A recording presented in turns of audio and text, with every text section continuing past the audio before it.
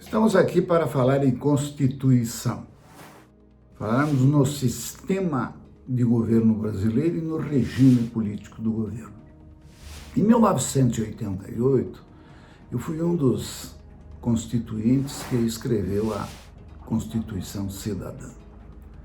Passaram-se já 32 anos e nós vemos de que ela virou uma colcha de retalho com mais de 120 emendas e não atende mais os reclamos da sociedade brasileira. Existe entre os nossos poderes uma verdadeira guerra que não se entende, muito embora no artigo 2º da Constituição esteja bem escrito que os poderes são independentes e harmônicos entre si. Não existe harmonia.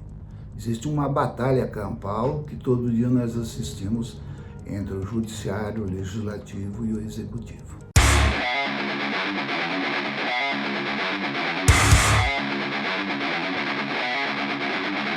Para solucionar isso, então, nós temos que escrever uma Constituição que não apenas dê garantias, dê direitos, como foi a tal da Constituição Cidadã de 88, mas que coloque deveres, obrigações, responsabilidades e até punições nos poderes que não cumprirem com o que é necessário para que o Brasil tenha realmente harmonia e segurança jurídica. Então é necessário que tenhamos uma nova Constituição. O Brasil já teve 7 Constituições. A que mais durou foi a do Império, que durou 65 anos. Uma durou apenas 3 anos.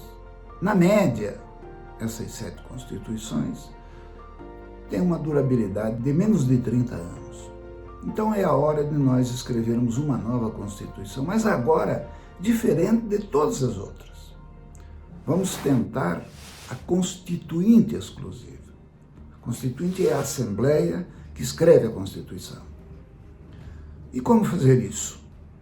Na queda do Império, nós tínhamos 15 milhões de habitantes, 1/3 deles eram os escravos recém-libertados, e o Brasil só perdia em educação para os Estados Unidos da América.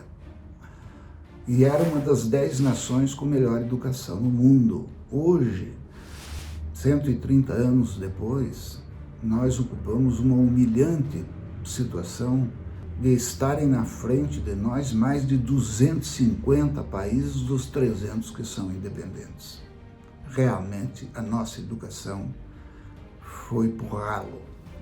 A nossa Constituição diz de que a educação é um dever do Estado e um direito de todos.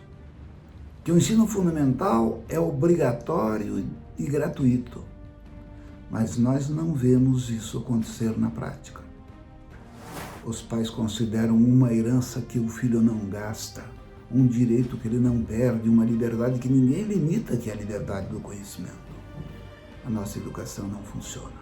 E sem ela, nós não teremos condições de igualdade, condições de oportunidades para que termine esse fosso gritante, imoral que existe entre uma minoria abastada e uma maioria paupérrima, passando fome, desempregada, subnutrida.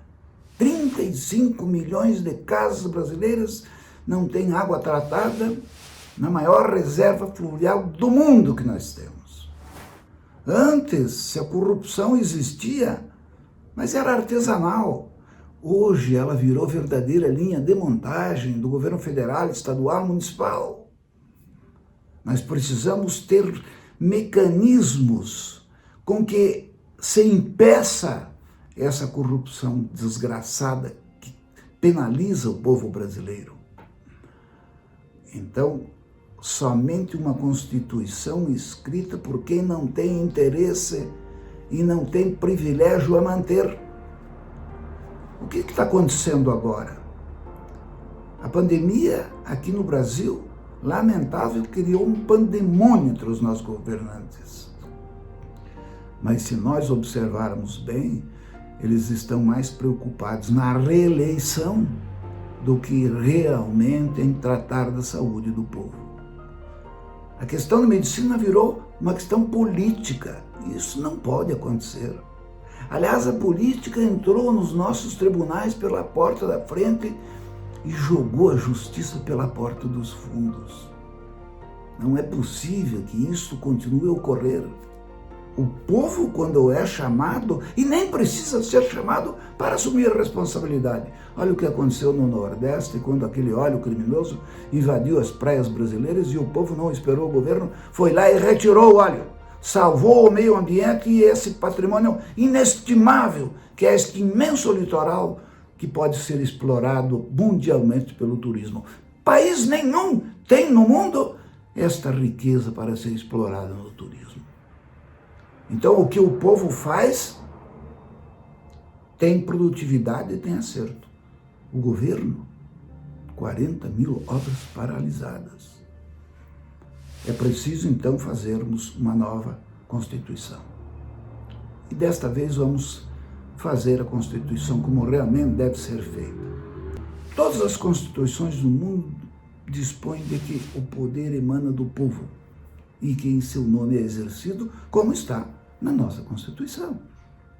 Então o povo tem que chamar a si através da iniciativa popular e nós, povo, sem a participação de homens comprometidos em ser governo, em ser oposição, ideologias que se espalham, o povo, na essência direta da massa popular, escrever a sua Constituição.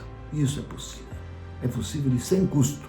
Porque não venham me dizer que nós vamos gastar fortuna de dinheiro como este imoral fundo eleitoral que a cada eleição vem aumentando de bilhões. O povo paga para os políticos fazerem campanha. Não. Numa eleição nós elegemos os constituintes exclusivos.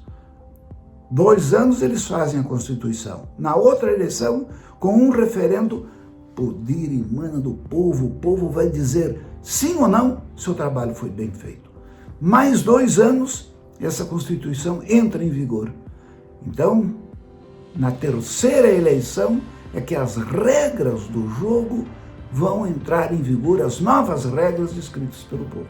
Isto é democracia, é planejamento, é coerência, é liberdade, principalmente inteligência de fazer uma coisa bem feita, pensando mais nas futuras gerações do que no imediato.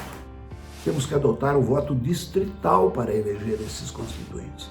Porque não precisa 600 parlamentares que tem. Com apenas 120, nós escreveremos melhor a Constituição.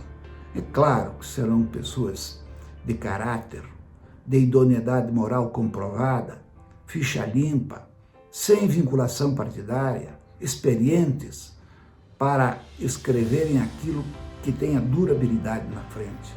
Aliás, na tese do IDL, quem for escrever a Constituição, por 10 anos fica inelegível. Isso nunca foi feito no Brasil. E por quê? Uma punição para estes homens e mulheres idealistas que se dedicam? Não. Uma salvaguarda da Constituição para que eles não pensem nos seus interesses pessoais, imediatos, como é da natureza humana. Assim, nós estaremos selecionando brasileiros que vão pensar no futuro e nas novas gerações, para tornar o Brasil um país sério, porque o exterior diz de que o Brasil não é um país sério. Brasileiros não pode continuar assim, não tem jeito de continuar assim.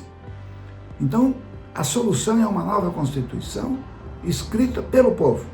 Nos vídeos subsequentes, nós estaremos detalhando e demonstrando que esta tese, que esta proposta, ela está aberta, está esperando a participação popular para, depois de bem debatida, ser assinada, enviada ao Congresso Nacional através de uma PEC, proposta de emenda constitucional, para que daqui 2 anos nós tenhamos a eleição dos constituintes. E aí seguirá a rota do planejamento, da lógica e da certeza de que homens e mulheres realmente brasileiros, com o interesse exclusivo de ver o bem desta nação, escreverão a nova carta que entrará em vigor. Eu apenas peço que, se for possível, e entenderem a nossa proposta, porque tem muita gente no Brasil disposta a isso, que propaguem esta ideia e contribuam melhorando. Temos aí no vídeo as indicações onde pode ser encontrada toda a proposta para que o povo tenha condições de participar.